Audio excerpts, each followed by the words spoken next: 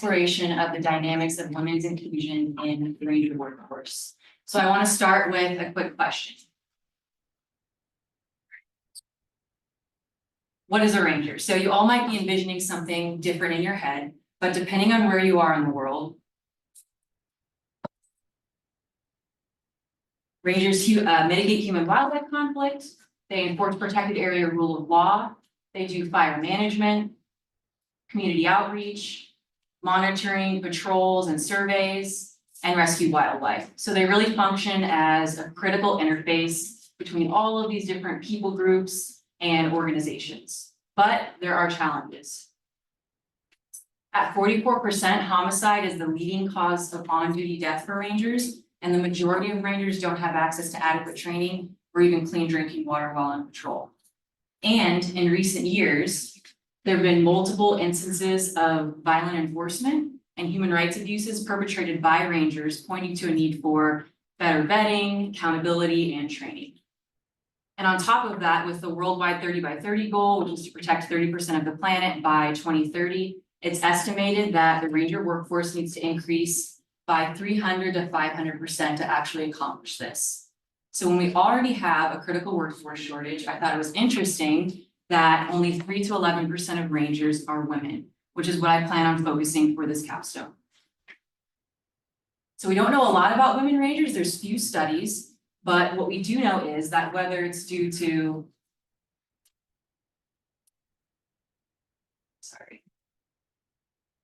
here we go, I think there's a bad connection, due to family pressures, structural or informal exclusion, or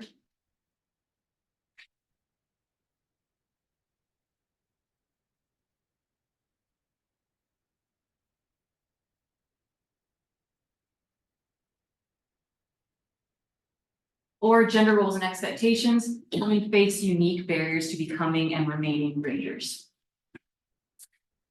But the research gap still remains. What is the actual impact of women rangers? So to get some insights, we can look at conservation and policing literature to learn more about females in similar fields. Policing studies say that women are less prone to violence, men are actually 8.5 times more likely to get an excessive force allegation, and women enhance perceptions of trust, legitimacy, and credibility. Conservation studies, while there's not a lot of empirical evidence, there are isolated case studies in different countries that say involving women does matter. It increases compliance and community support for different conservation initiatives. So all in all, the literature tells us that involving women does make a difference. That being said, my overall objective is to understand whether and how women rangers impact whether and how women add value to the ranger workforce. And so in collaboration with WWF Pakistan, I plan on investigating perceptions of how the inclusion of women affects enforcement-related violence and community ranger relationships. And this will reveal attitudes and perspectives about women rangers. So why Pakistan? Well, there's a few reasons. First, in 2020, the country launched an initiative to add an additional 12 additional national parks, which means that protected area management and rangers by default are kind of a point of emphasis currently.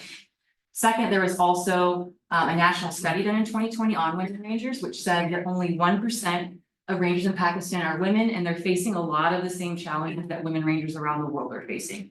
So all of that tells us that Pakistan as a study site can offer relevant insights for the global ranger workforce. For my approach, I'm proposing a qualitative grounded theory approach in 4 phases. First, a pilot, second, sampling, third, data collection, which for me will be interviews, and 4, data analysis, which will be coding. And the whole idea and goal of this is basically to develop a theory about how, or the impact of women rangers grounded in the data. So first for the pilot.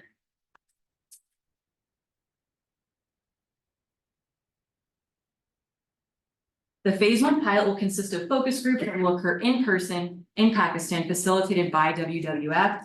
And I've been invited to integrate 5 of my own questions, like, can you tell me how women rangers approach local community engagement? So the insights from these focus groups will offer, or will help me shape my follow-on interviews. For phase 2, sampling will be purposeful and non-random, which basically means I specifically need to collect data from rangers and community members who've actually had interactions with women rangers. And my target is about 20 to 30 total participants, 50-50 men and women. And this will reveal nuanced insights on relationships between ranger gender, violence, trust, and communities. For data collection, I'm proposing semi-structured interviews, which kind of allows me to dig into this really complex topic and have organic dialogue. And it also provides me the flexibility to use probing follow-up questions. So like during an interview, I can expand on an existing topic, I can discover a new topic and go down that rabbit hole. I think these will probably last about an hour long, as that'll be adequate time for me to actually dig into these details. And the interviews will include questions like, have you noticed if men and women rangers handle enforcement differently? Now, I do expect that I may encounter some limitations due to gender, culture, and language differences. So I will be leaning on WWF team assistance for that. And my rationale behind using semi-structured interviews is that this will allow me to capture a level of depth and rich detail of ranger and community perceptions. And also gives me the opportunity to actually build some rapport and trust with the participants, so we can have an open and honest conversation and I can get more accurate data. So phase 4 consists of a systematic qualitative data analysis method called coding. And for me, how this starts off with is this transcription. So I've got a transcription from an interview and I start primary coding. And I basically begin identifying like distinct ideas within different excerpts from a transcript, like good team cohesion with men rangers or fear of retaliation. And then I start doing that for multiple transcripts and taking the excerpts and categorizing them underneath these codes to kind of organize them and group them. And then in secondary coding, I start figuring out how do these codes relate to one another? Are there similarities or parallels? Are there differences? Are there patterns? And I start extracting themes from this. And then when I do this at scale across the board for all of my transcripts, all of my interviews, all of my codes, I've got multiple themes. And then with thematic coding, start to put together an overall narrative. Simultaneously, while that coding process is going on, I'm going to be applying a grounded theory tactic called constant comparison, which basically just says it's an iterative cycle of data collection and data analysis. So I'm doing my analysis over here. I'm generating codes, I'm putting together themes, and at the same time, I'm simultaneously doing new interviews, and then new codes are getting injected into that, and I'm comparing those. Are there patterns or similarities? And that develops new themes, and then also gives me the opportunity to adapt my data collection as well. Maybe I come up with a new probing question or alter my existing questions because of that. So at the end, I do this until saturation, which basically just means no new ideas are coming out. I'm hearing a bunch of the same stuff over and over again, nothing new is happening, and I've generated an overall narrative in theory.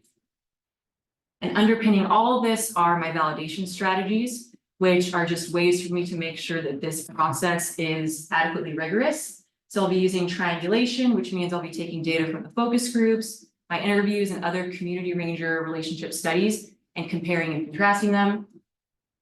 Peer debriefing, which means I'll be sharing my initial interpretations with other researchers who have done either a similar topic, research in a similar topic, or use similar methods themselves. And finally, participant validation or member checking, which means I share my initial interpretations with actual participants and they tell me, hey, am I way off or are these valid? For my expected outputs, I would like to present at a conference called the World Ranger Congress.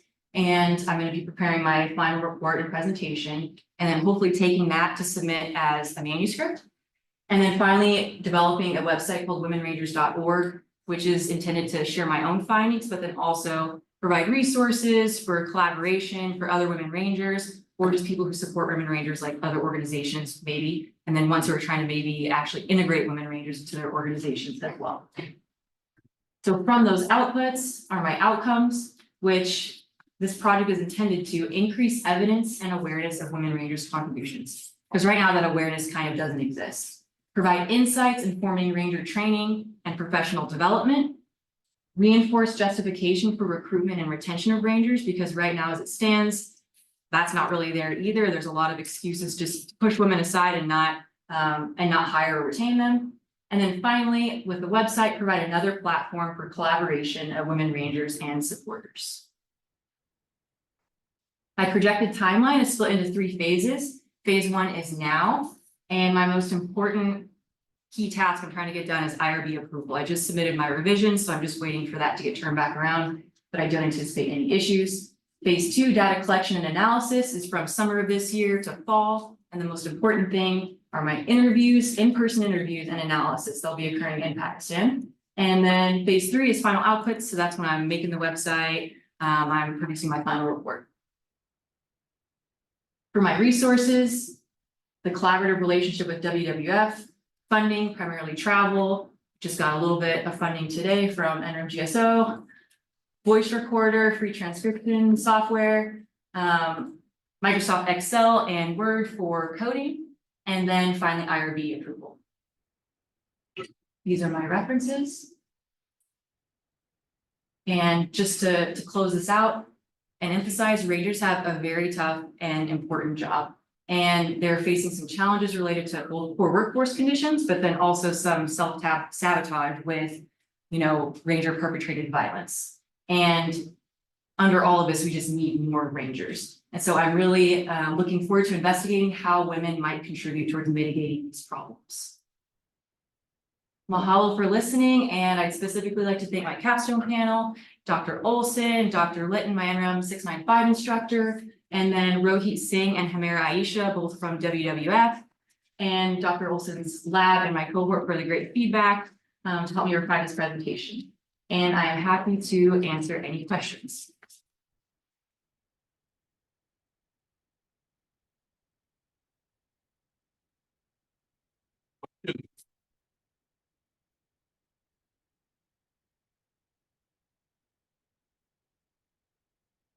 I just wanted to say, first of all, this is incredibly amazing. Thank you. It's one of the clearest examples of interview methodology and grounded theory methodology I've seen. And as someone who's lived in Zimbabwe and Kenya, where Anne is from, when you travel, you don't see a lot of women rangers. So I guess I just wanted to ask you about, what you envision. And I know you talked a little about some of the obstacles, but I wonder if you could talk about them more and how your research might help to overcome.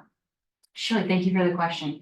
Yeah, there's actually a few organizations right now working at an international level. There's the International Ranger Federation and URSA, the Universal Ranger Support Analysis, that are working at a really high level to try to improve the entire Ranger workforce, professionalization, training, education, human rights, adhering to human rights. Part of that is gender equity. And so envision this feeding into a rapidly growing, like there's people who want to be focusing on women's equality in the Ranger workforce. So I see this as feeding into that and building a body of literature that can start to kind of justify and uplift voices to push that at the international level. And then simultaneously, hopefully highlighting these things at lower levels will kind of motivate or mobilize these local and regional governments to actually see these things when they're like, oh, there was a study on my Ranger organization, and now it's at an international level, and we're seeing that these women Rangers are doing good things, and in their mind reinforce okay, women can contribute here. So I don't know if that answers that. Other questions? That was a really beautiful presentation. I like the slides. Have you been to Pakistani before? I have not, no. So I'm working with Hamira, who is a woman Ranger in Pakistan, and she, I think, has faced a lot of challenges herself, so she'll be an interesting person to talk to. And then Rohit is from India, so I'm kind of tag teaming with both of them as they're prepping me to travel there. Time for one more question. So, let me introduce myself. I'm a band. I'm from the choice. So my question is that, because I'm also working in a gender at the side of my family. So the question will be a bit general about gender. I would like to know that you point out that the gender is a critical, important topic, right? But not many people emphasize as a challenge. And I wanted to ask that how you convince people, how people, oh, this is a problem, we have to fix that. And how you gonna use that. You show some data that you what happened. Oh, some of the women has affected on this side. So I want to know that this data will be convinced other people to understand this. Will this data that convince other people to understand the problem? Okay. It's that that is good enough for people. to Yeah. understand. I don't, thank you for your question. I don't know that it's good enough to make people, everybody's gonna have an epiphany all of a sudden, but I think maybe it's like gonna just be a small piece of a puzzle to start to build this bigger picture. And it's not just, I was talking to someone else about this, it's not just women are. I feel like it's a harder argument to make. Oh, women rangers are good because they're women rangers because they're women. Like that's a very just circular argument, but saying like this is the value they add. And that's kind of the body of data that I'm gonna be trying to add to. Hope that answers your question. Follow. Thank you.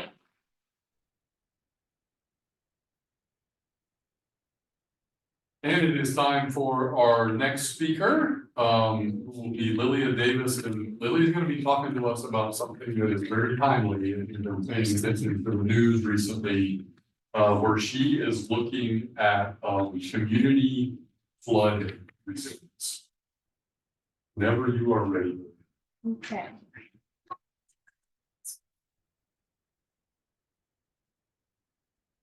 While she's loading that, I just want to remind everybody that there'll be a small Kalhana when we're done with the talks. We have some food in the back. And so we just encourage everybody to hang around for that, interact with the speakers and other people that are here.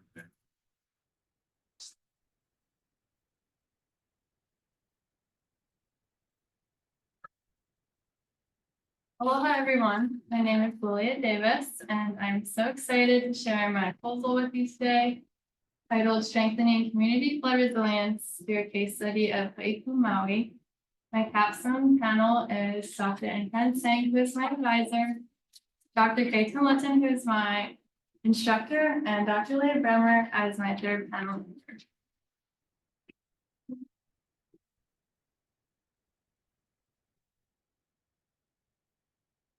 Before I get into today, I wanted to share a little bit about my connection to the place of this case study.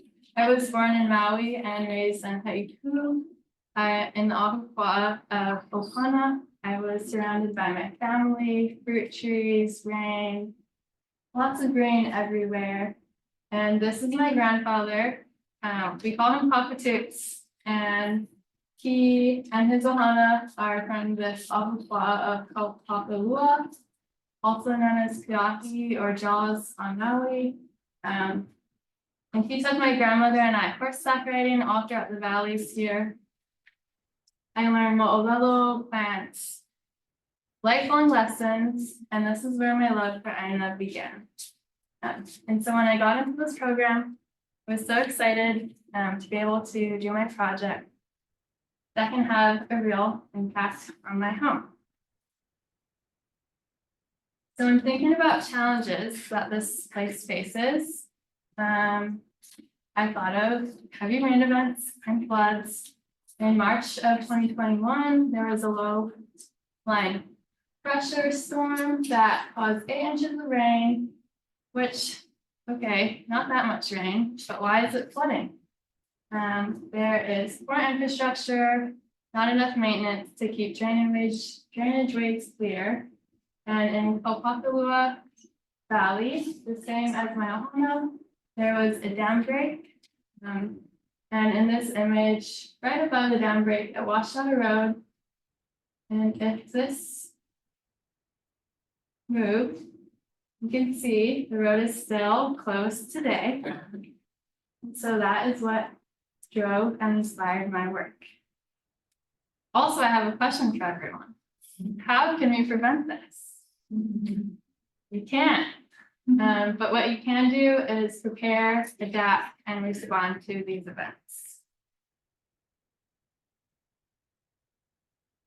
So, like I just mentioned, climate change, unpredictable, don't know when it's gonna occur, can't really prevent it, but we can adapt.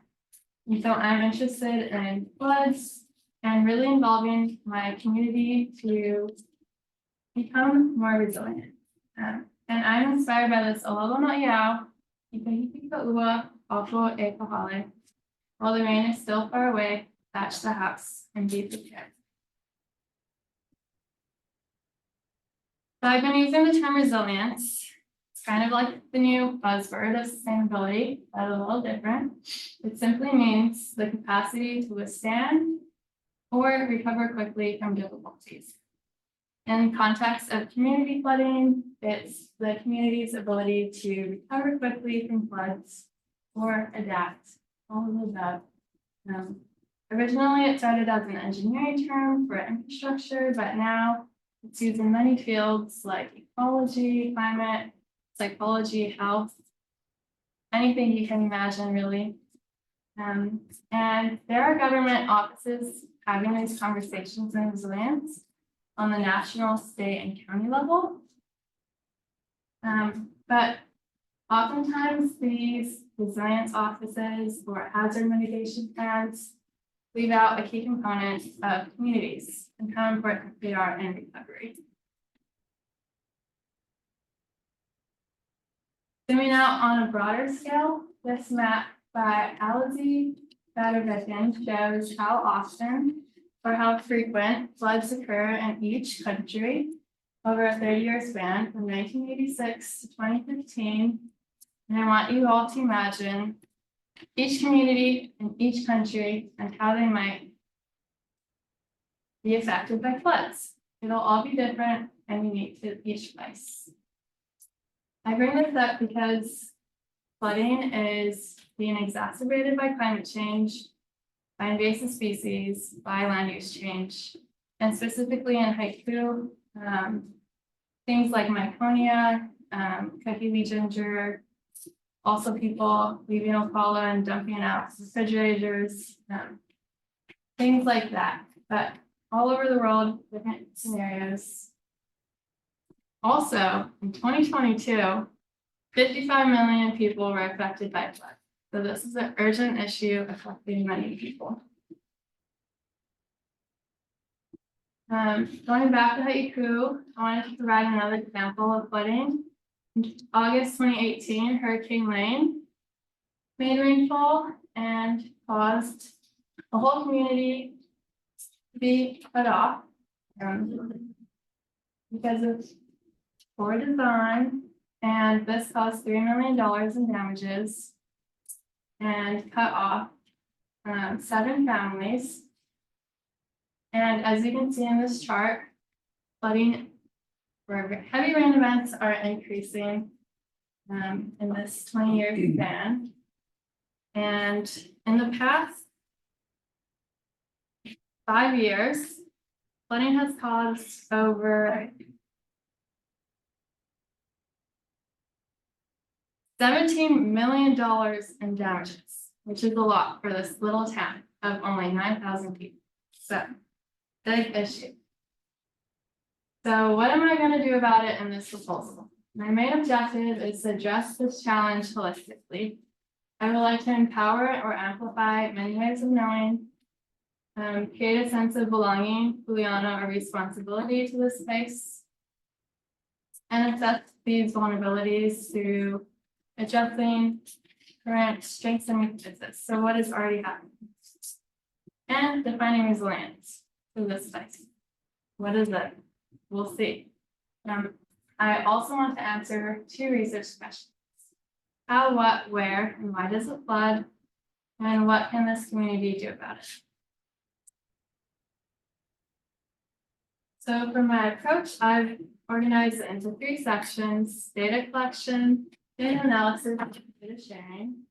Data collection, I've done qualitative and quantitative collection. For qualitative, I would hope to interview at least 10 people, hopefully more, through a snowball sample approach. I've created a list of community members, aunties, uncles, people I know who have either experienced floods or maybe they're in positions to make change at county or state levels. At the last community meeting I went to, there was lots of comments about what's going on with our water. We're frustrated, we want to talk about this, so I'll be facilitating a focus group to have these discussions and create space. And then at a community event festival, I'll be putting a booth to create a participatory map opportunity to talk to people, document where they've seen flooding, when, where, how, and then collecting FEMA maps, which are kind of outdated, and matching that to climate data and shrinkage data.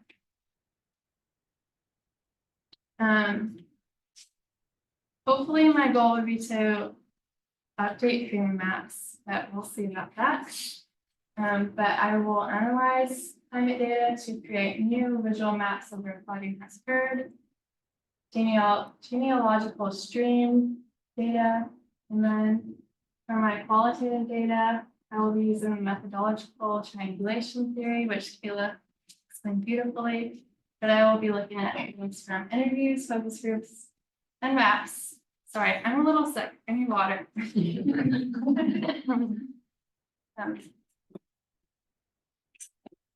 But I will be comparing all the things from qualitative data to transcribing it with an inductive approach.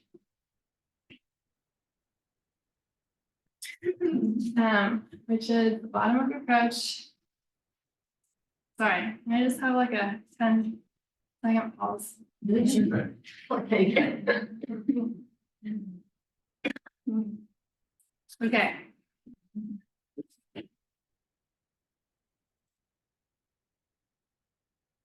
And the main most exciting part of my research will be the data sharing.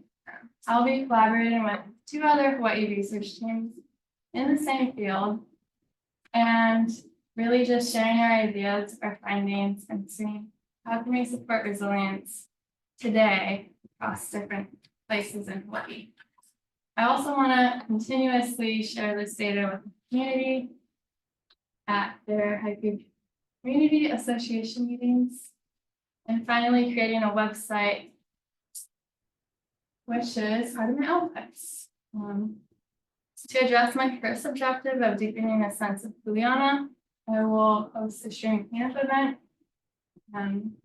transcribe all my interviews, working group and participatory maps, create visual maps and story maps websites, and finally create a final recommendation document to amplify my community's concerns, needs, and wants. So how can I make a pretty package from Maui County that says, this is what's going on, can you please help us, this is what we need, and address that knowledge gap. This will address an increase in resilience in this community, a sense of kuleana or responsibility, like I just mentioned, sorry for the repetition, and an autonomy tool, a bottom-up approach to really address current concerns from the bottom level. I'm inspired by Dr. on Forum, who has done similar work in Hawaii with floods and communities. And I find that this quote is really relevant. Okay, I know if you know your home's histories, place names, water pathways, and spirits. Water always returns. So for my timeline, I hope to collect all of my data by the end of summer, analyze everything, and get outputs by the end of 2025, and be back here next year sharing my findings with you all. For my qualitative data, I will need a recording device, transcription software, and GIS software. Traveling back home to Maui, which I'm so excited about, and community relationships, which I fostered over my lifetime. This is all graciously funded by the Ha'oli Maaloa Fellowship Professional Development Fund. Thank you so much for listening. I want to thank everyone who has supported me this far. Today I was supported by my PICO lab group, my SANG lab group, but also all my professors, mentors, Mahea, Lonnie, and Shane if you're on Zoom, all of my family on Zoom. Hi, thank you. And any questions?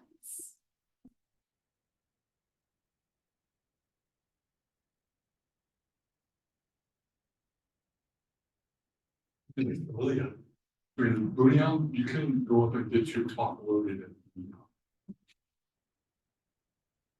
Question? So, Mahalo Lily for your proposal and your work on Maui, and look forward to seeing it next year. Aloha. All Dustin.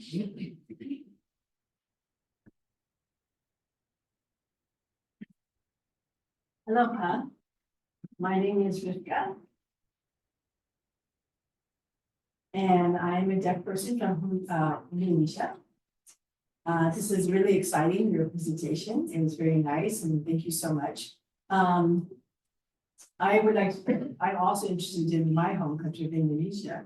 And so I'm really fascinated about the subject about developing a community. And I remember various people in different communities. So my question is,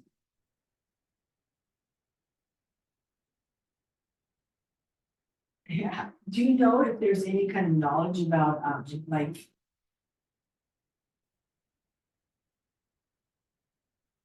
yeah, do you know that do you have any research or data about, disabled people being involved in this project? Thank you for introducing yourself. I love that you're interested in your own hometown. I can relate to you on that.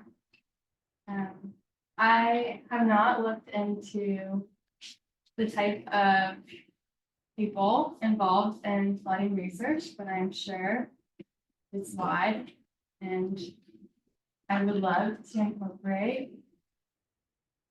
diversity and different ways of communicating flood resilience in my research. And I would love to get your email. Thank Okay, you. will do. Thank you. We have time for one more question. Do you mind, close your talk while we take the next question? Go ahead. Yeah, thanks, Lulia. That was a lovely talk. So I'm wondering, there's been some work on community flood resilience on other islands and in other places. So I'm wondering what you're drawing from that and bringing to your study, and how you hope to add to that kind of body of knowledge. That is a great question. Definitely, I was inspired by all the different work in communities across Hawaii. That's how I was like, oh, maybe I should do this too. So more specifically, I think the main takeaway from work in other communities is really listening to communities' perspectives, and using their voices to drive research, and that's what I hope to apply. Okay. Oh.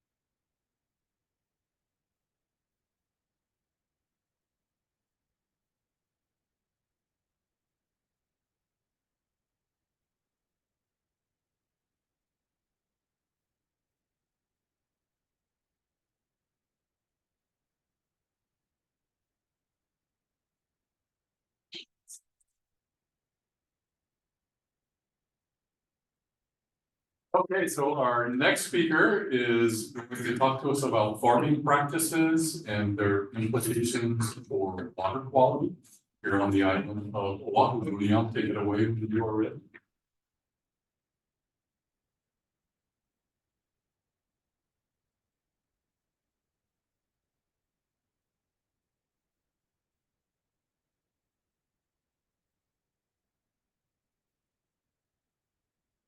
Good afternoon, everyone. My name is Punim Chamkana. I'm from Cambodia.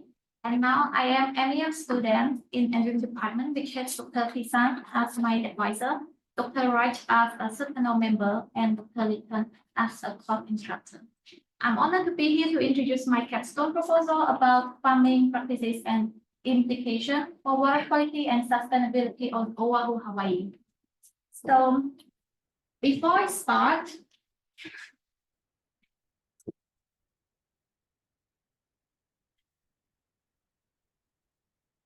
I have a question for everyone. How many of you are thinking our water is safe to use? For other country? Okay. Thank you. Based on Human Development Report 2006, they said 443 million school days, there are a lot of amount are missed annually due to the water quality. For example, if you travel to other country, I believe most of you are concerned about food, drink, because it can make you having traveler diarrhea, and all of that come from water quality. So before I start to my proposal background, I would like you to know a little bit about my personal experience that start from education background. Besides my degree, I participated 5-week exchange program. It's called Wisely program, and all of this is my fellow and my team. And relate to environmental issues in Hawaii. And I also produced one of the project. It's called Mekong River Data. However, I participated training workshop of the Asian social journalism in Indonesia for 10 days and create a social online platform, talk about the clean water in Cambodia. For my work experiences, I had 1.5 years work as a program officer in both sector, water, sanitation, and hygiene, and provide the clean water to the community. Here is the general information. What activity impact on the water quality? There are two main activities such as human activity and natural activity. If you look to the picture on the right side, there are a lot of human activities such as dam, road construction, deforestation, urbanization, and also it includes agricultural land use. For the natural activity, there are climate change, rainstorm, and flooding. So from here, you will know a lot about my proposal, what I'm gonna do and how I do it. So for the motivation of this proposal is to investigate potential water quality issues related to Hawaii agricultural practice. Because I'm from developing countries, so I really know a lot about the problem of water for my people. And also is to develop strategy like best practice for the farmer to adopt sustainable practice on water quality. And also the last point, to keep water resource sustainable. That is the main point that everyone should care about. For the proposal in background, it starts from problem statement. So National Water Quality Assessment 2017, they said in United States, agricultural land runoff is affected to the water resource in the USA. So if you look to other countries like Southeast Asia, Cambodia, Thailand, Vietnam, all these countries depend on agricultural sector. And if they don't know how to do the agricultural practice properly, they will destroy food production, water quality, and human health. For the results in Hawaii, the increase of local food production and expand of the agricultural sector can be a concern of water impact.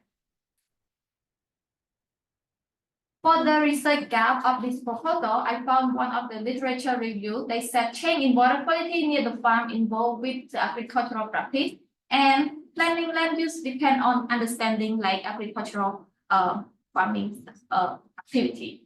For the significance of this proposal, agricultural land runoff and land cultivation activity might result in change in water quality such as physical, chemical, and biological parameters.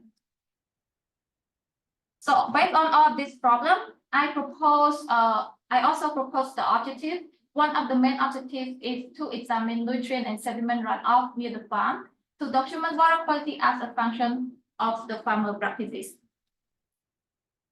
So, and also it's to address 4 key questions. The first question, what agricultural practice associated with water quality? Even though now I already know the main activity of the farmer that they are doing and what I'm gonna study related to my proposal, but I want to know the specific activity that really is associated to the water quality from through the interview directly with the farmer. The second question, does agricultural land runoff change in the water quality? It is important to do the water testing because we cannot assume all the activity from the farm associated to the water quality or water resource. It can be from everywhere like household or waste management.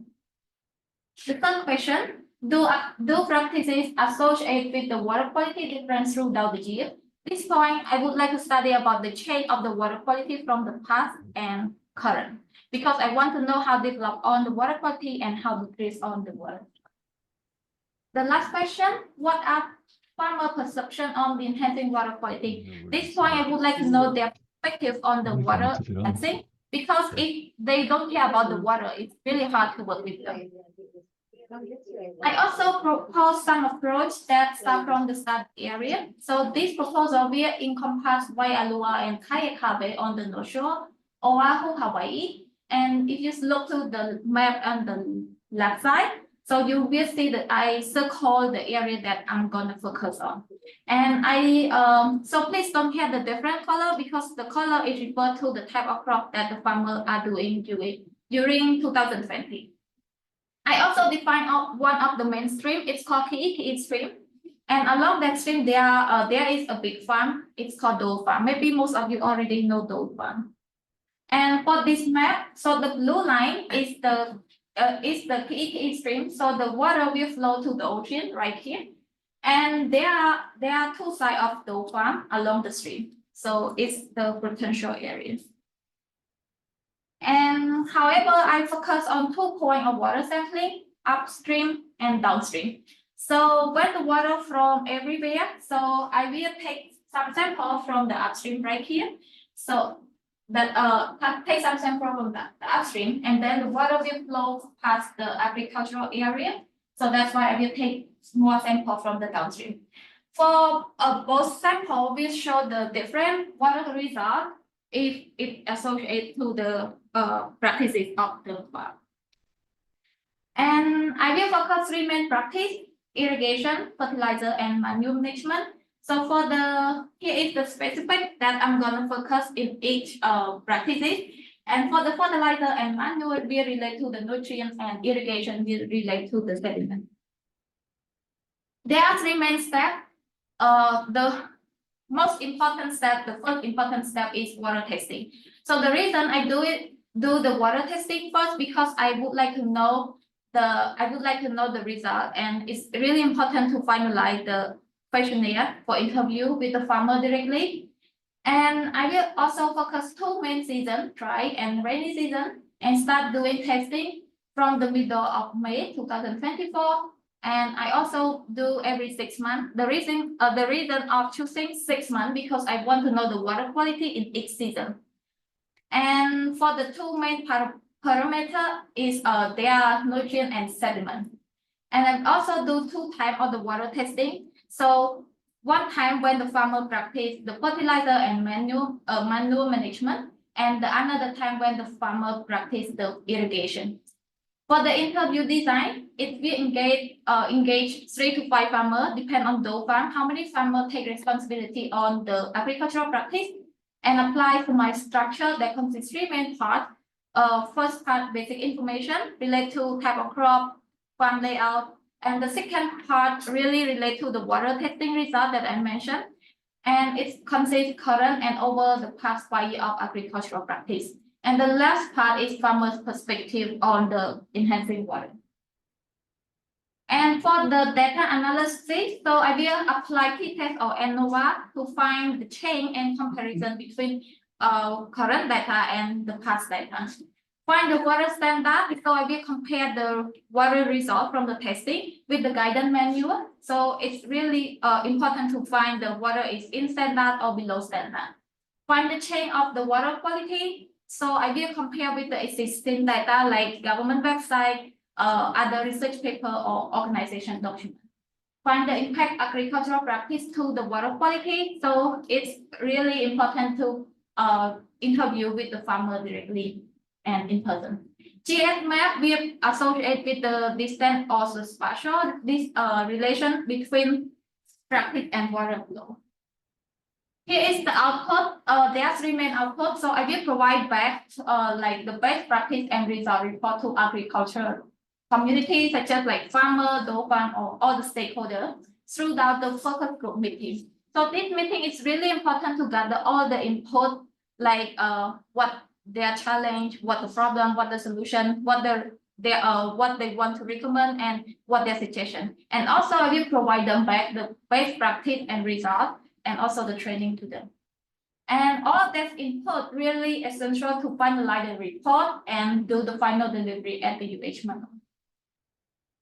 For the outcome, promote sustainable water and agricultural practice by knowledge dissemination, like focus group meeting, Include local policy practice ensuring long-term health of water source and extent of the recommendation to other countries can be Cambodia or Southeast Asia. For the project timeline, so we start submit my proposal around May 2024 and close the project on the April 2025, and we also have the project delivery at the page.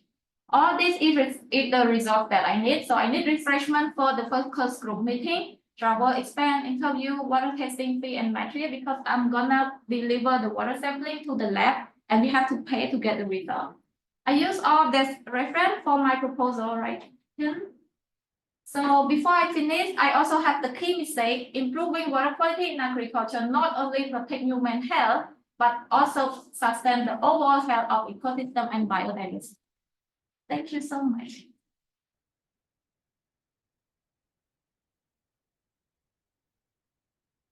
Question?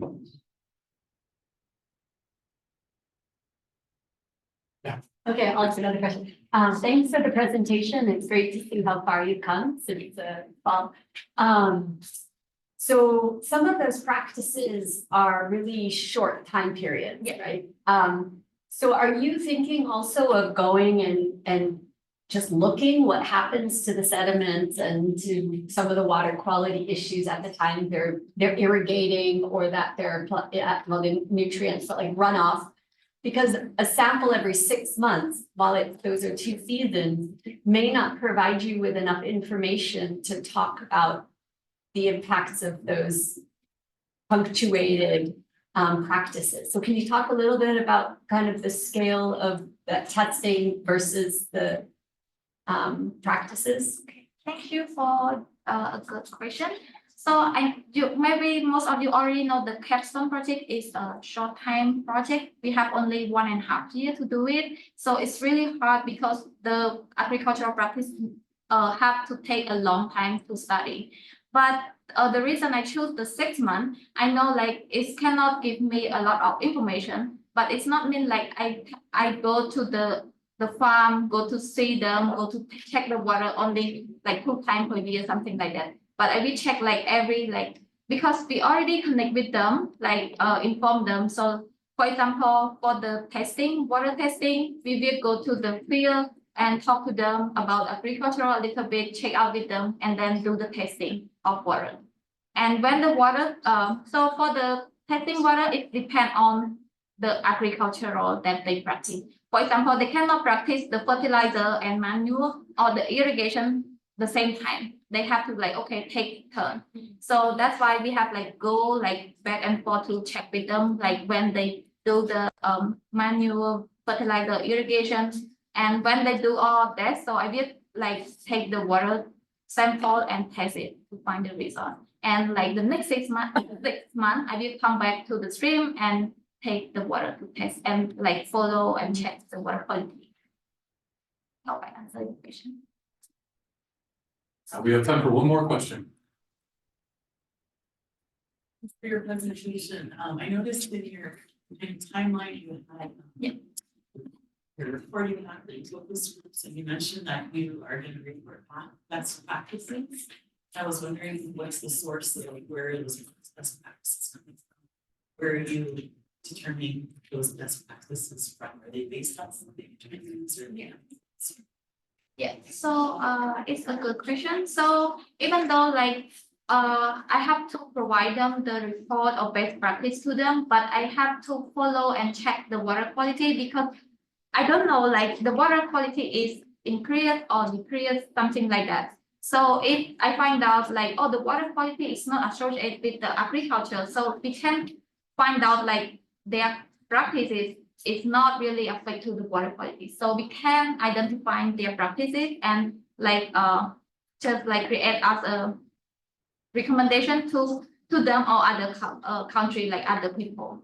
But if we find out their practice is really associated with the farm, so we have to check to other countries, because Europe or Southeast Asia, so there are a lot of practices. So we have to check with the other country and find which one is benefit to them.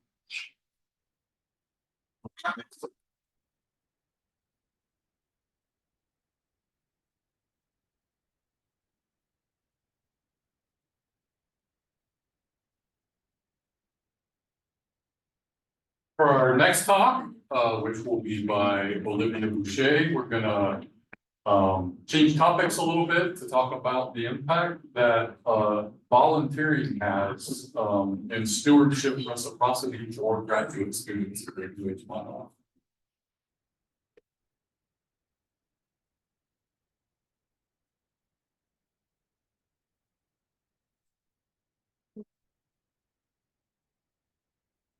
Going.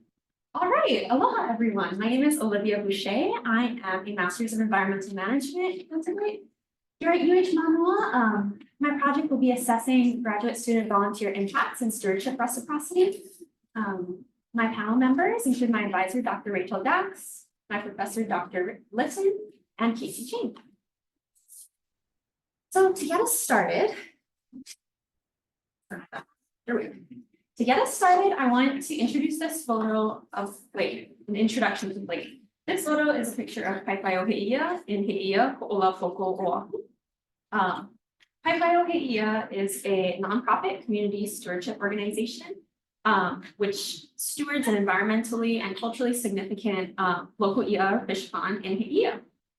They use a biocultural approach, which provides a perspective on land use and practices that are culturally relevant to place, that illuminate pathways for culturally significant land management and stewardship. Much of their relationships in this kind of place and in this kind of work is rooted in reciprocity and kinship to place, dealing with the ancestral and historical memories with place and how we act in regards to that. So with the work that is done here and in many stewardship organizations, leads me to wonder, what are these people actually experiencing and how are they impacted by this experience? So to give a little bit of background about ecosystem services or about how humans interact with place, one way to think about it is through ecosystem services. One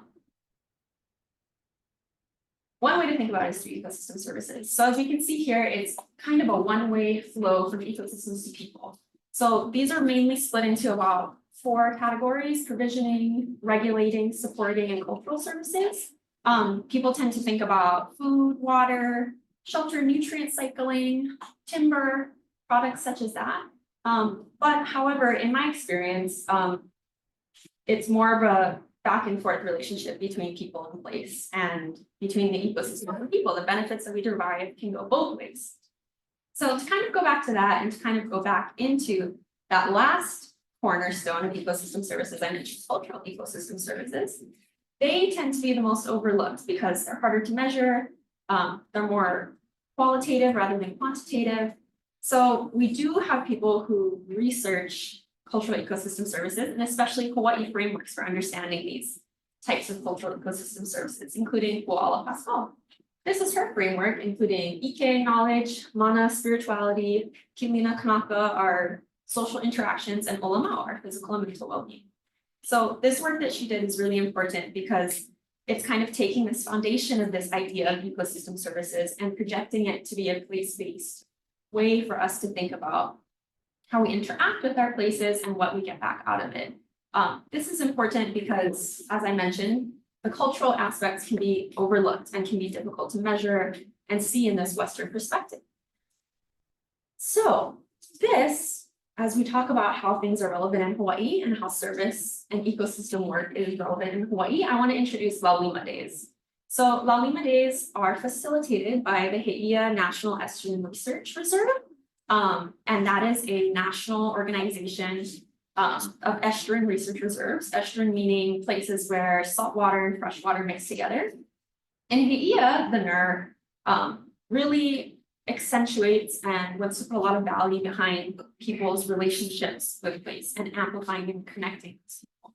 So they partner with organizations in Heia, Papua, including Kaku'oiwi and Paipaio Heia, like from my original picture. And they facilitate these Laulima Days. The partnered organizations host these students, these NER graduate students, so they receive let me take it down a notch. Graduate students who receive funding from the Heia NER to do their research, they must attend these Laulima Days at least once a month as per their research assistantship contracts. But many volunteer their time more than once a month.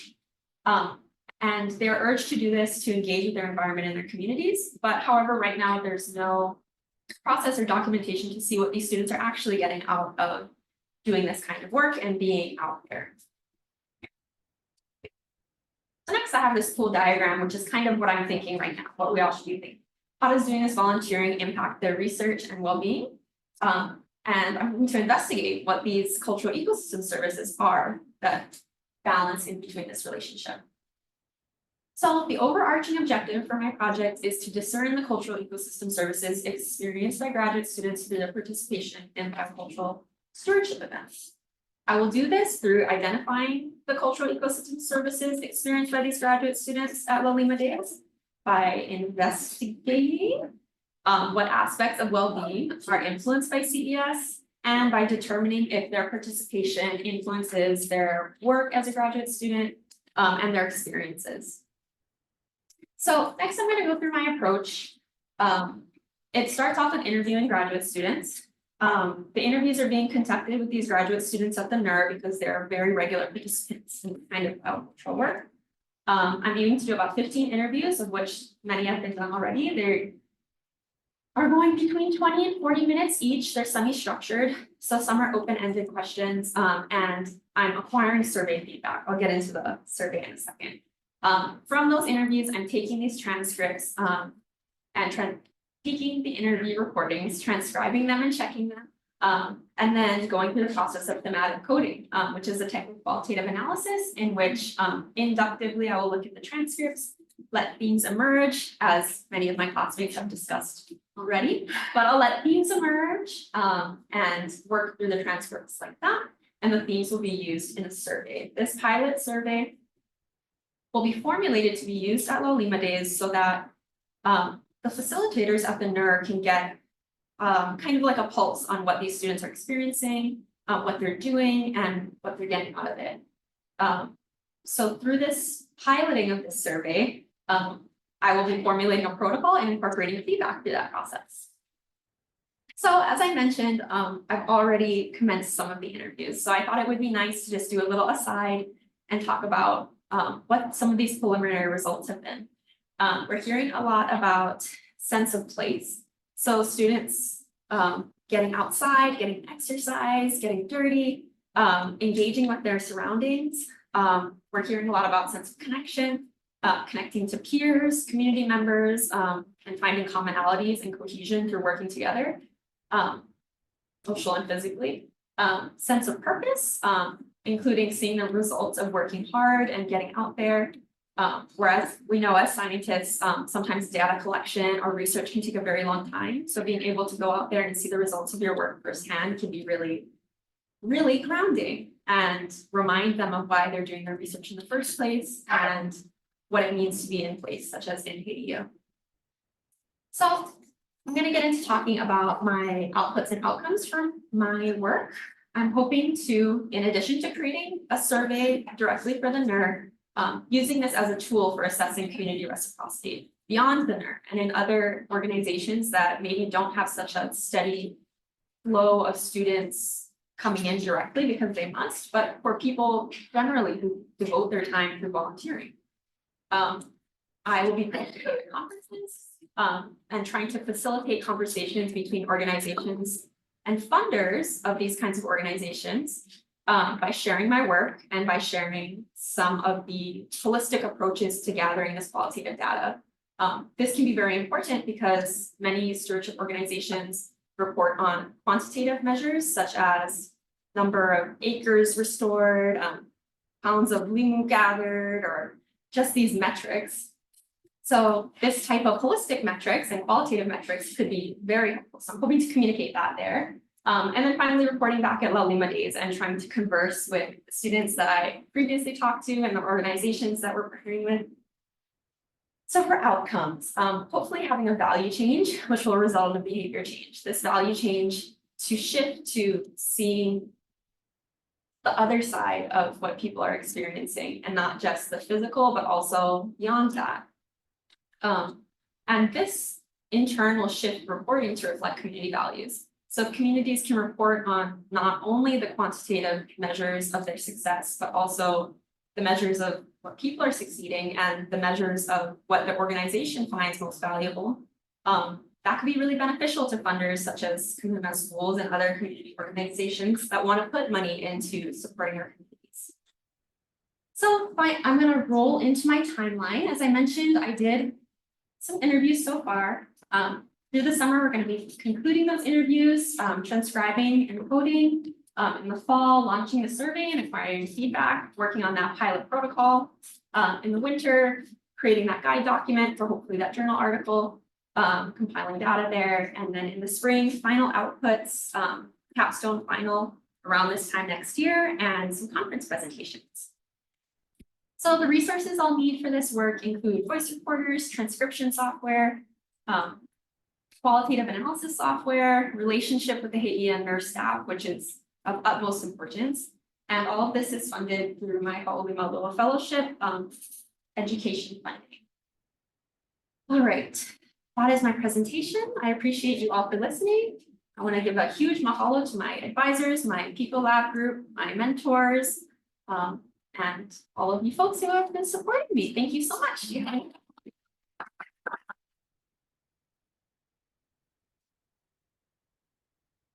It's rolling.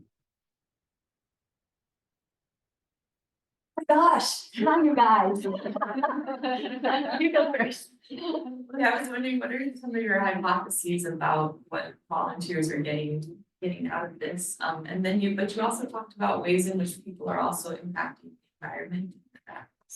Both ways, I was just wondering about the reciprocal aspects. Thank you. That's a great question.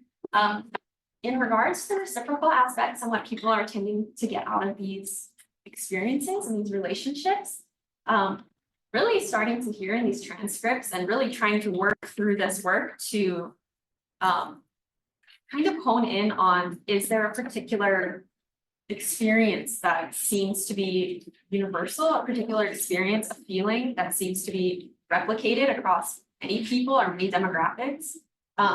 And if we can kind of understand that, it can be used as a means to articulate our successes and grow our strength as communities and as organizations who are grassroots and need that funding and need those people to show up.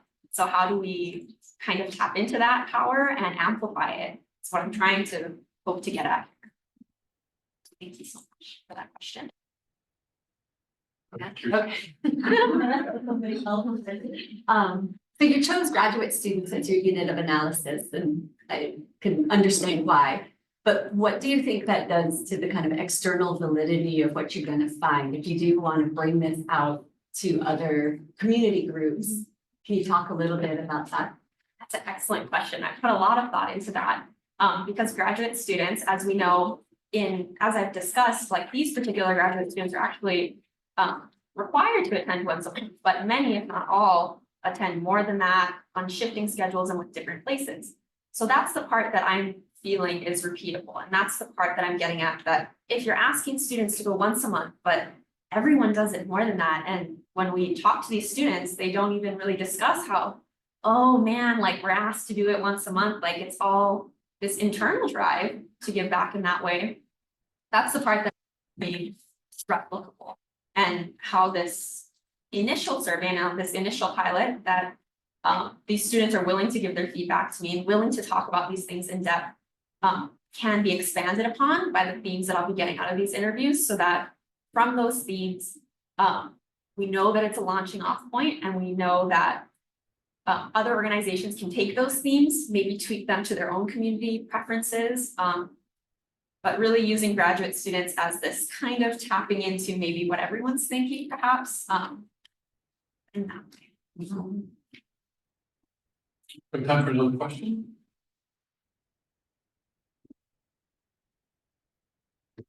Okay. You talked about the critical importance of establishing a relationship with Haiti and NREM. And so I was just curious if you could talk a little bit about what your plans are for developing those relationships, or my guess is what you've already done.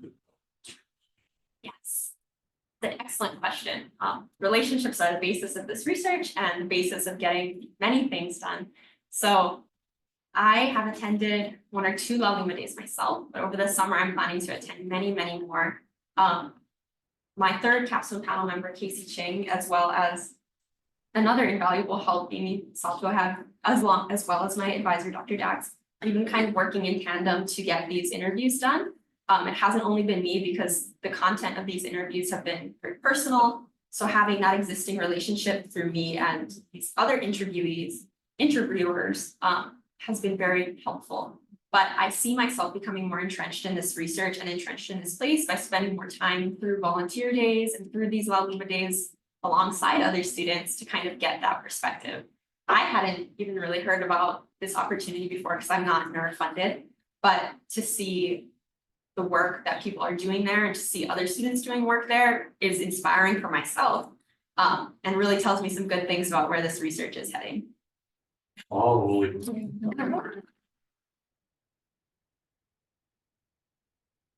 So our next speaker, Emma De Benedictis, is going to take us into the realm of Chi or revolution to talk about the use of videos in marine conservation education.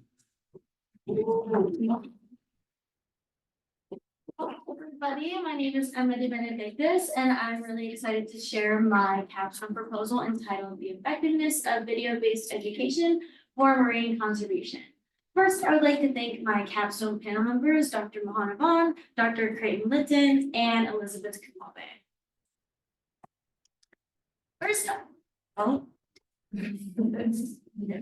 First, I'd like to provide some background on how my personal and professional journey have gotten me prepared for this project. Growing up in Illinois, I've developed a very deep sense of curiosity for the world beyond my hometown, which was fueled by early exposure to evolving technologies like educational YouTube videos, nature documentaries, and many other online video platforms. Pursuing degrees in environmental science and marine education, I've taken on various roles as an educator. Currently, I am a graduate teaching assistant and have previously worked with Hanauma Bay and the Waikiki Aquarium.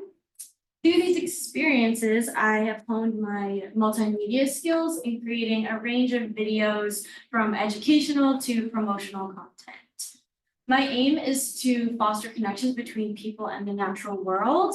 And one example is shown by a partnership that I did with the Waikiki Aquarium. We created a video on the topic of sequential hermaphroditism, which is the sex-changing fish. And the goal of this video is to celebrate gender diversity within the marine and the human realm.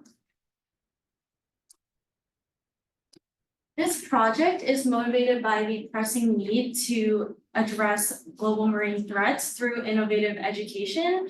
The rise of digital media platforms has made video a very popular form for education, and the COVID-19 pandemic has only accelerated this method, promoting programs to use video outreach, and many organizations currently use video as a method.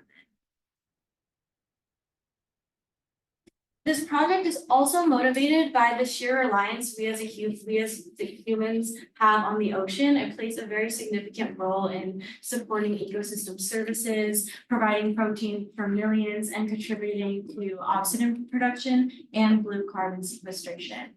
Lastly, this project is motivated by the power of education to stimulate positive environmental behavior change, as well as empowering individuals to make informed decisions. So why video? Videos are proven to be a very powerful tool. They provide a very dynamic way to present information, making complex topics easier to understand, and they can captivate audiences and hold their attention better than your traditional text-based materials. They also can be dubbed or subtitled in multiple languages, which is really important for programs that attract international visitors. They also ensure that the same information is presented consistently to all visitors, which is very crucial for conveying messages about safety guidelines or conservation practices. And then lastly, they can be used in various settings, from interactive exhibits to online platforms where they can reach a very wide audience. As more programs integrate video as an education method, there is a lack of studies on the effectiveness, like how well these videos are engaging the audience. And there's a need to understand the specific learning outcomes achieved through the videos, like how well the viewers will retain the information and potential behavior changes in the future. So more guidelines are needed to create and integrate videos into programs, like understanding how to balance entertainment and education, for example.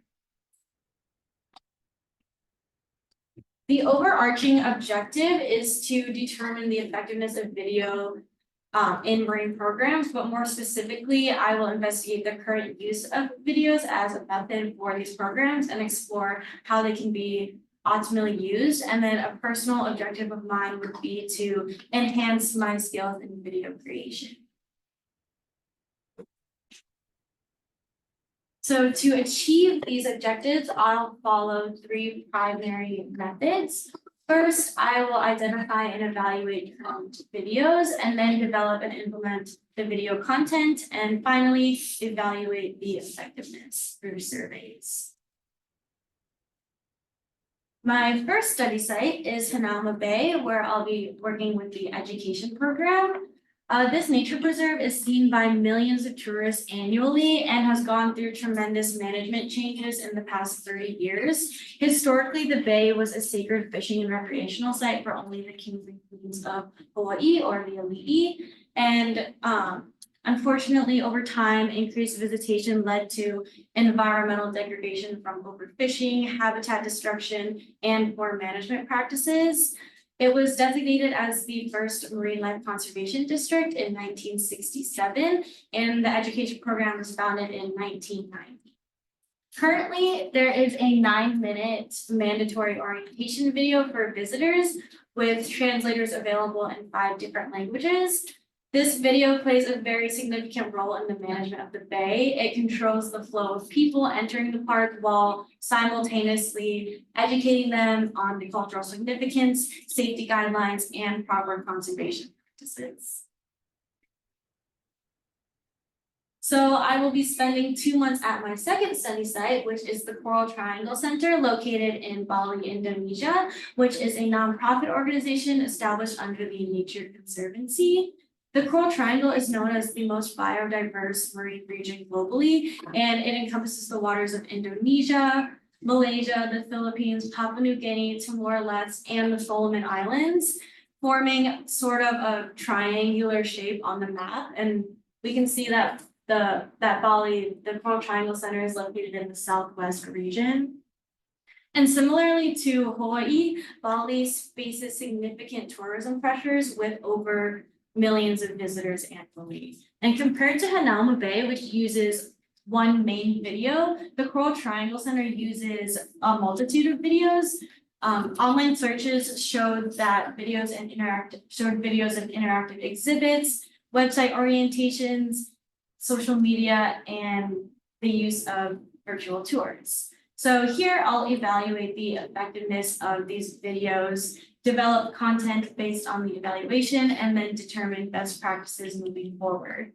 And partnering with the Coral Triangle Center will provide insights into education approaches in Southeast Asia, overall enhancing the scope of the study with very diverse perspectives and practices. So the first phase of my approach involves literature review focusing on published studies, reports, and articles on video use in informal education. Online searches will also be conducted to identify programs using videos primarily on program websites, social media, and video sharing platforms. And then I'll conduct informal interviews with program specialists to identify and analyze their current use. To implement video content, I will follow a 6-step process, including identifying the learning objectives, creating outlines, gathering visual assets, writing the script, producing the video, and then integrating them into each program. I will be following these 3 main principles of effective educational videos gathered from the Vanderbilt Center for Teaching. So to decrease cognitive load, I can simplify complex topics. To increase engagement, I can incorporate visuals and interactive elements. And then to promote active learning, I'll encourage reflection and use place-based examples. The evaluation survey will be split into two main parts. So part one will evaluate the video's effectiveness by gathering feedback on the content design, and the layout. And then part two will assess the learning outcomes and post-view feelings, and then knowledge retention and any potential attitude or behavioral changes. And this survey will be conducted in a digital format for immediate access post video engagement.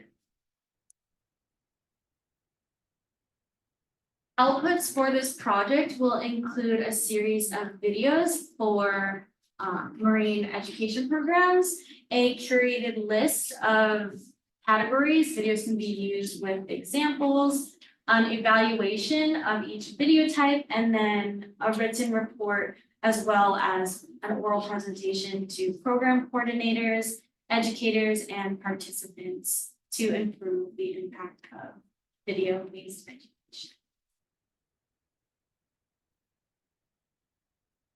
An immediate outcome would be to educate a diverse audience and then stimulate behavior change among visitors to marine areas.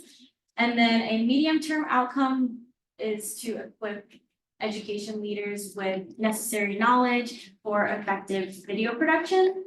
And then in the long term, this project aims to reach other environmental programs to share and identify strategies for integrating this method.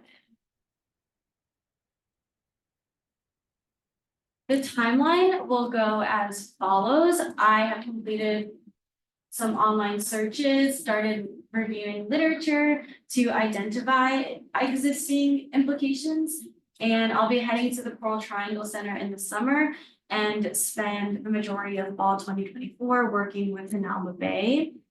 And then I'll produce my final outputs in May of 2025. And the main resources I'll need for this project include airfare, lodging, and a business visa. And I've applied to numerous grants and funding opportunities and continue to do so. I just got one today, so. For the rest, I'll be self-funding until I hear back from the others. Here are my references. Yeah.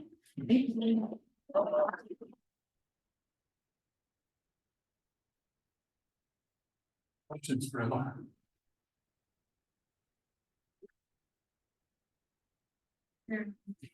That was so awesome. So cool to see all the changing things. I see your slide and you go.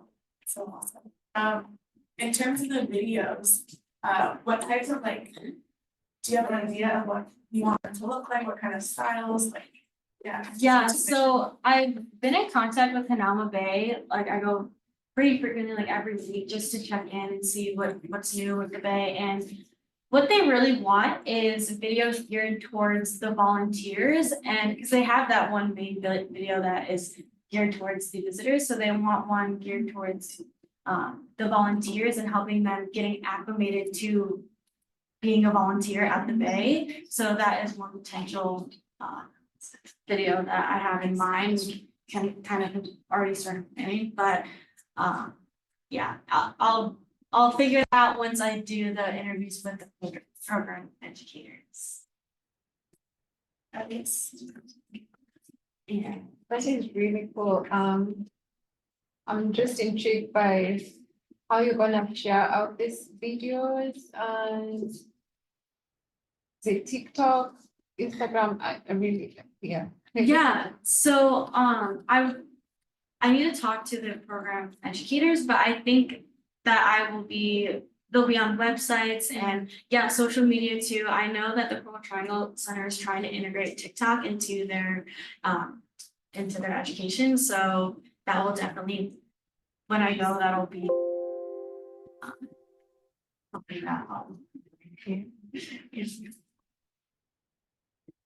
Time for a couple more questions? Yes, Rachel. Thanks for your talk.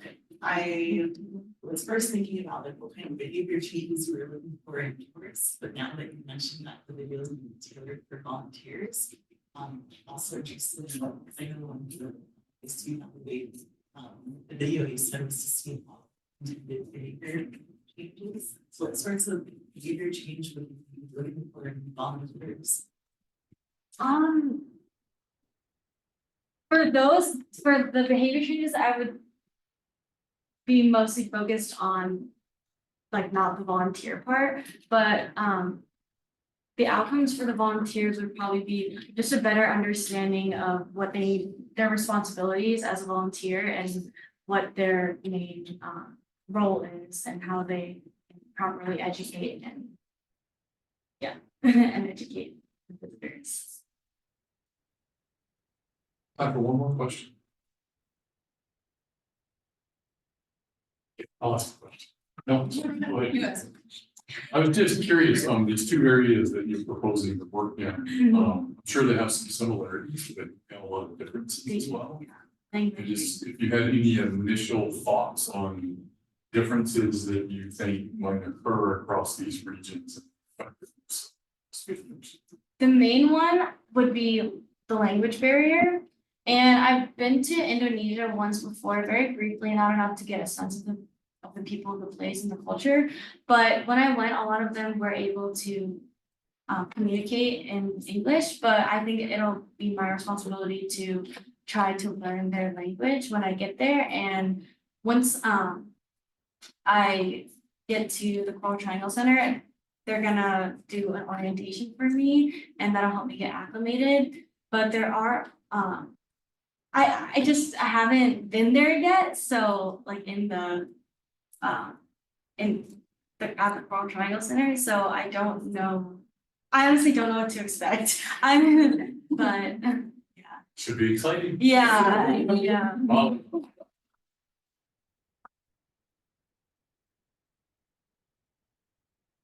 Well, I'm sorry to say that as interesting as these talks are, we only have one more left. But we're gonna end with a bang, and Lydia Barone is gonna talk to us about soil science pedagogy.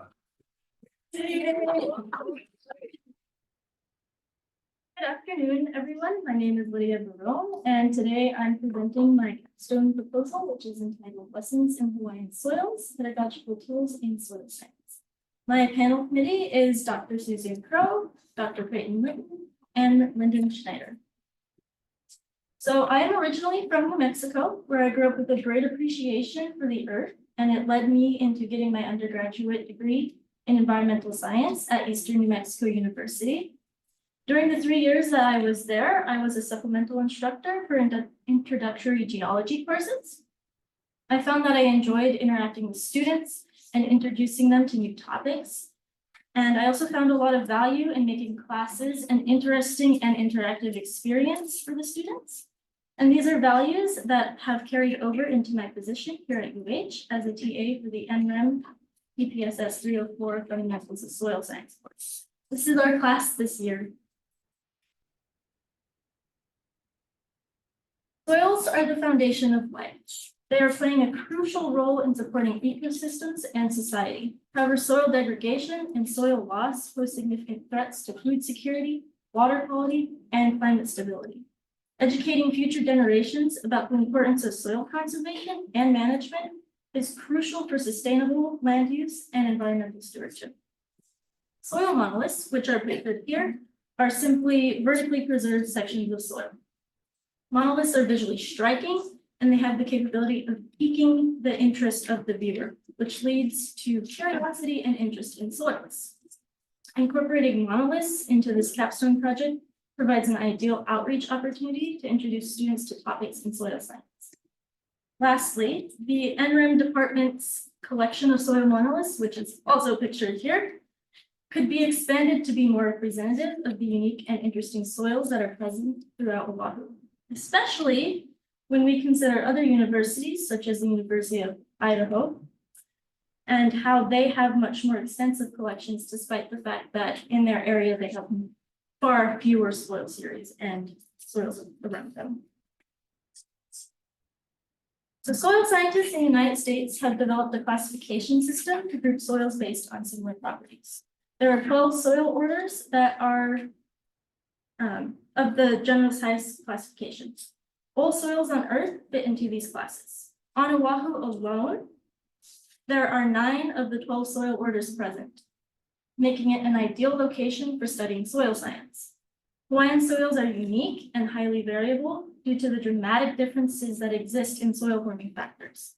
Soil forming factors have a strong influence on soil characteristics such as aggregation, color, order, and mineralogy. These characteristics are concepts that can be seen or conveyed using soil monoliths.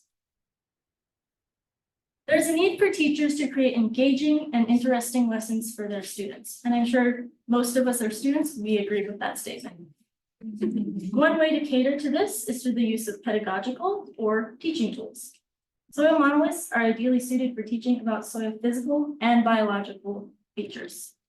There are several curriculums available after purchase for K through 12 levels, focusing on the use of these monoliths, and there are very few that are available for undergraduate curriculum. Best resource of undergraduate curriculum that I have found is from Mueller 2023. However, the curriculum is very basic, it's not built into much depth. And most of the content is geared towards the actual creation of the monolith and not on the concepts that the teacher is teaching the students. The overarching objective of this project is to create educational content that will encourage teachers to use interactive and effective tools in the classroom, which in turn will facilitate students to connect with the subject of soil science. And lastly, the proposed project will evaluate how pedagogical tools facilitate active learning, inquiry-based learning, and engagement in critical thinking in 3rd and 4th year undergraduate students. This will be done through the creation and implementation of soil monoliths in the classroom. So there are 2 main steps when creating soil monoliths. One is the field methodology, which is simply the physical acquisition of the soil from the field. And the second is the lab methodology, the way in which the soil characteristics are preserved. The field methodology for monolith extraction is going to follow Mueller 2023 and Nielsen 2017. And the in-lab methodology is going to be a mix of the methods used in Mueller 2023 and that at L 2009 and Nielsen 2017. So with the field methodology, this is done by finding an exposed soil profile or digging a soil pit, which is a lot of work. Then the extraction frame is pounded into the side of the soil and the soil is extracted and transported to the lab. The in-lab method is simply exposing the natural face of the soil and then pouring glue over it or some sort of glue mixture for preservation. The proposed soils for monolith extraction are outlined in my table here. These soils are chosen based on recommendations from our University of Hawaii at Manoa Soil Health Research HUI, which is quite a mouthful to say, in terms of what soils they think will be most effective for teaching and outreach. Bloom's taxonomy is going to be used as a basis for creating the curriculum. Bloom's taxonomy was created for teachers to utilize as a common language to discuss and exchange teaching and assessment methods. According to various Bloom's taxonomy analysis, undergraduate students should be working in the first 4 tiers and progressing towards the mid to higher levels. As a TA for NREM 304, NREM/TPS 304, I have found that the students are mainly 3rd and 4th year undergraduate students, so we will be focusing on the apply and analyze levels. The curriculum resulting from this project is going to follow the guidelines of Stricker and Schneider 2023, whose work is inspired by inquiry-based learning and SMART. SMART stands for specific, measurable, attainable, relevant, and time-bound learning objectives. So a brief walkthrough of how you create your lessons. So you start with Bloom's taxonomy, you identify the level you're working at. and levels you're working through. You base off of that, you create curriculum goals. So what are the goals you want your students to learn from your lesson? Then you create student learning objectives based off those curriculum goals. Based off of your student learning objectives, you create a lesson plan that fulfills all of your objectives. And after your lesson plan is complete, you can create teaching notes to help guide you as a professor. Okay, so how am I going to evaluate these pedagogical tools? The method that we have come up with is to use one lab session and break the class up into two groups. One group is the control, and they will receive soil and bags as their tool. And the other group is the treatment, who's going to receive soil models. Next, we will teach the two lab sections covering topics that are soil forming factors, horizonation, and soil forming processes, as well as Oahu soil diversity. After they have completed the lab, they will complete a post-lab thought questionnaire, which is going to be deployed using a software called eCure. This is simply a software that the students will complete the post-lab thought questionnaire, and it stops them at a certain point if they can't get past, which I'll explain more in the next slide. My hypothesis is that the students who are going to be using monolith are going to get further down into Bloom's taxonomy through their learning progression. So here is a small example of how the Bloom's taxonomy-based post-lab thought questionnaire is going to be set up. You start with your concepts of soil forming factors, and then as we progress through Bloom's taxonomy levels, they have to answer certain questions. So in the software, if they answer the first one, they get to go on to the next level and understand. And if they don't answer that correctly, it stops them there and tells me where they were stopped at.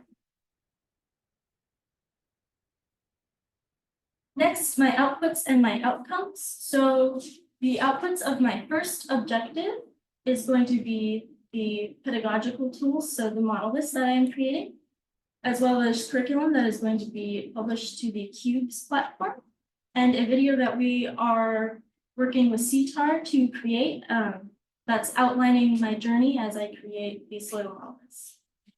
The corresponding outcome to this output is we can look at the total amount of views and downloads of the published curriculum on the PEVS website.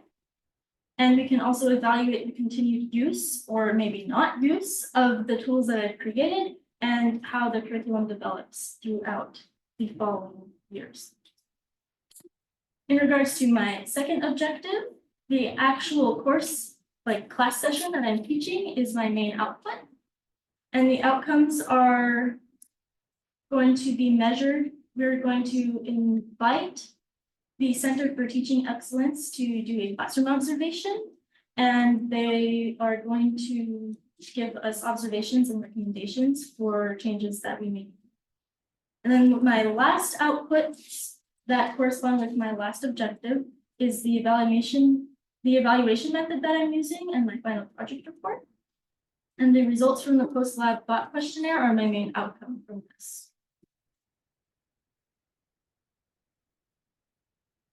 So this is a general outline of my capstone project. All of the needed resources for creating monoliths are going to be acquired, hopefully, by the end of May, allowing me to extract and prepare monoliths throughout the summer of 2024, so this summer. In fall of 2024 and spring 2025, the course curriculum will be created, taught, and evaluated. And the final written documents and oral presentation will be finishing us off in April and May of 2025. These are the resources that are needed to create soil monoliths, and any necessary funds that I need are going to be acquired through the help of my advisor, Dr. Susan Crow. Thank you. And the other methods do not require anything out of the ordinary as far as cost goes. Here are my references. And then lastly, huge mahalo to my capstone members for staying motivated and helping me as I continue to work through this research project. It certainly has changed a lot from the beginning. And also to my fellow classmates who have stuck through it to the end with me as well. Thank you. Any questions?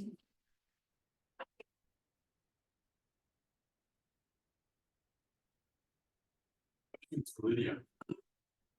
Maybe two things I just wanted to commend you on. One is just the, presentation of education pedagogy, which is always useful and was really clear. But also the poetry with which you speak about soils in the early part. Your words were just really beautiful. And I guess my question is, the monoliths seem amazing and you have a really clear approach to testing their impacts. And I wondered if you had ideas about other creative learning approaches for soils. And just this really quick example, I have a friend who's an artist in residence here who used soils from Waikamoy Preserve to trace and print the GIS markings of conservationists through Waikamoy Preserve. So I know you can paint with soils, but yeah, just wondering about other creative learning applications. I don't know if I thought about that too much further. I do know, so in my undergraduate, I had a professor who he made sculptures out of soils and sands.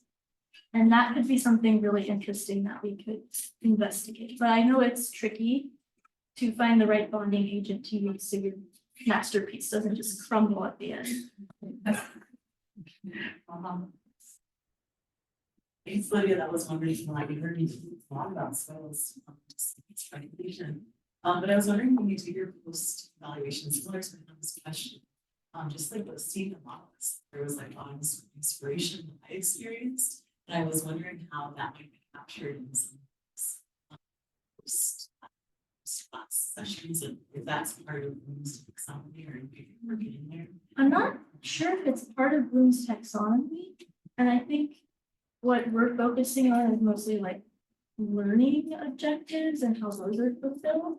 So it's less about the inspiration to feel, and I'm not entirely sure how I could curate unless I create another survey of some sort to ask them about that specifically, or I can just verbally ask them and include it somewhere in my final document.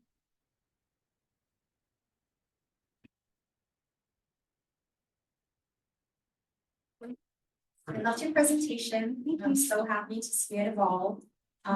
Very privileged to watch that. My question is, I'm so inspired and it's so cool to see how you're gonna have like the control and with the soils in the bags versus the monoliths, and how you're planning on understanding what they get out of it. My question is, does this enhance what they learn already in their curriculum? Or maybe that's my question. What does the curriculum currently cover that the pedagogical tool of monoliths is adding to? Yeah, I guess that's my question. So I think we were discussing working it into our Malcolm Kai lab. So they can understand visually as well the differences as you move along that gradient. But also, oh, my brain just went blank, but I had something else to say. What was it? Oh, I don't believe we teach horizonation at the moment, do we? Not really. No, we don't really touch on it. We don't dig a pit and we don't have monoliths. And I would love to take a bunch of undergraduates out and make them dig a pit for me. So It's a good idea. We also talked about that, yeah. Yeah, we briefly discussed having maybe, and this might evolve as I do this project, maybe having the class actually go out and make their own monolith. And so every class, every year can choose and then contribute, which also like, as an NREM student would lead, like, play into your feeling of like, yeah, this is where I belong and this is what I want to do because look, I did this thing and now I'm part of the program forever. Like I'm part of this collection and my name's on the plaque forever. So you kind of get that sense of belonging, which is something we discussed doing, but I don't know if it'll happen. We'll see. It's a good idea. It's good to think about even. So great answer. Thank you.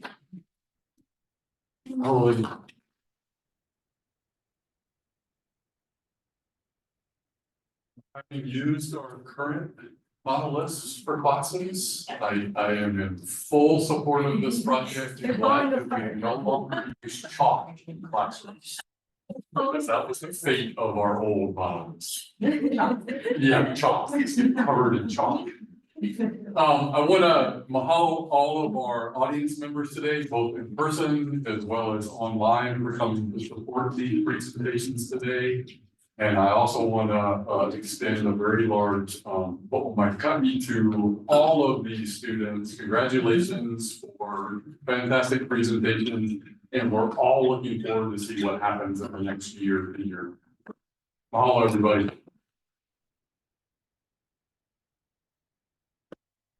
And we have some food and interact.